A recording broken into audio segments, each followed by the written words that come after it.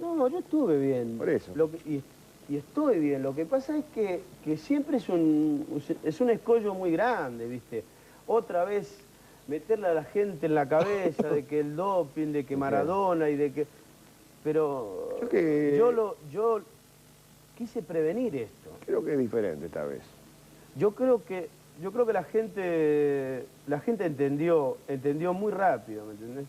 Entendió muy rápido de que yo me fui de la cancha, de que yo vi fútbol de primera en casa, comiendo pizza. Sí. Un tipo que no está tranquilo, un tipo que no está tranquilo, hay la duda en la casa, la gente, pero una duda a favor tuyo.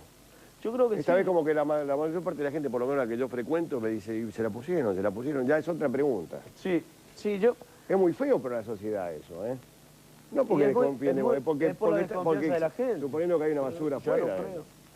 Ya lo creo. Ahora vos debes tener un abanico en tu cabecita, pobre, que va desde 1000 teorías en un segundo. Desde un político o no político hasta un dirigente deportivo, hasta el canillita de la esquina, hasta yo y cualquiera. Mira, vos debes sospechar de todo el mundo. Sí,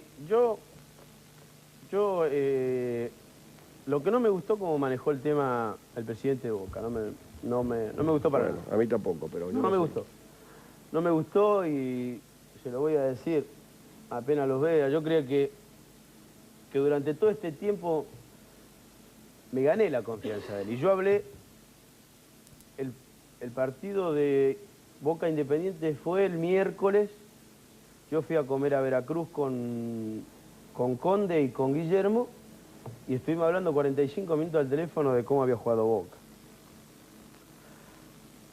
Y al otro día a la mañana salta lo del doping.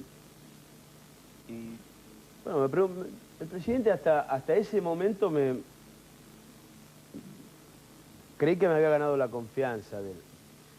Y que yo le despertaba confianza. ¿Y ahora? Pero, no, porque habló con mi mujer y le preguntó cosas que no van, ¿no?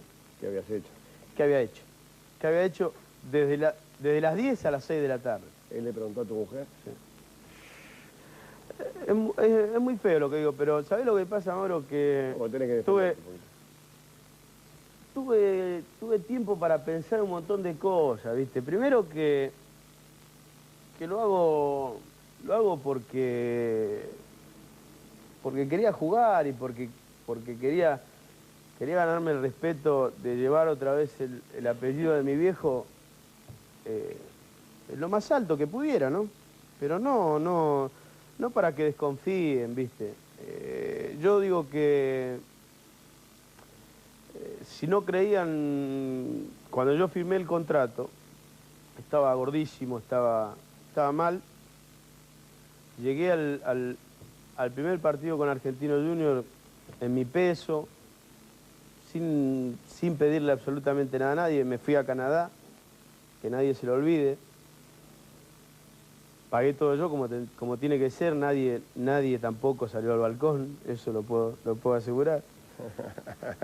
Pero, viste, me queda como que todo lo que pude haber hecho no sirvió de nada. Total, a la menor duda, el culpable es Diego. Esto es la sensación que me quedó de Macri. No de la gente. Ah. De Macri. No de la gente. No de la gente. No, Mauro. Mira, yo te digo, claro. Las cosas que te dice la gente en la calle, o las cosas que te escribe la gente y me llega a mi casa, es impresionante. Es lo mejor que tengo, ¿no? Bueno, la gente es más que Macri. Macri es solamente tu empleador. No, sí es el presidente de Boca. Bueno, por eso. No, a mí, ¿sabés lo que pasa? significa tener afectos eso? ¿Sabés por qué lo digo, Mauro?